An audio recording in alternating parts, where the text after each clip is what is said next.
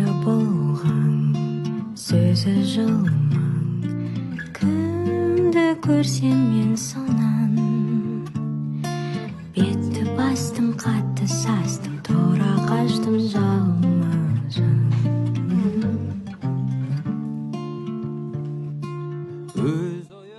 Қайырлы күн.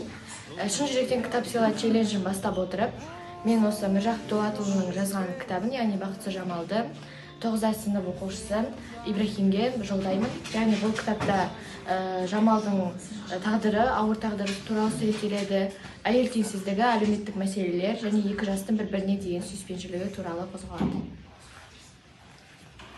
Мен еркем айтам челленджді қабылдап, Жусан иісі деген кітапты Әділетке сыйлаймын. Мен Шаруа Әділет, мен Бейімбет Майлиннің Шығаның белгісі кітабын Даянаға сыйлаймын. Абай жолы қазақтың мәдениеті мен тарихын терең түсіндіретін көркем туынды. Бұны мен Ибрахимге жолдаймын. Мен Ибрахим бұл челленджді Даянадан қабылдап, Ақбілек кітабымды Дәулетке беремін.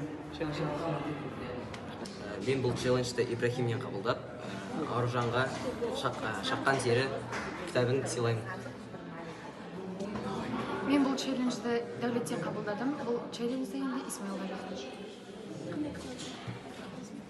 Челлендж қабыл, еркеме беремін. Рахмет, қабыл алдым.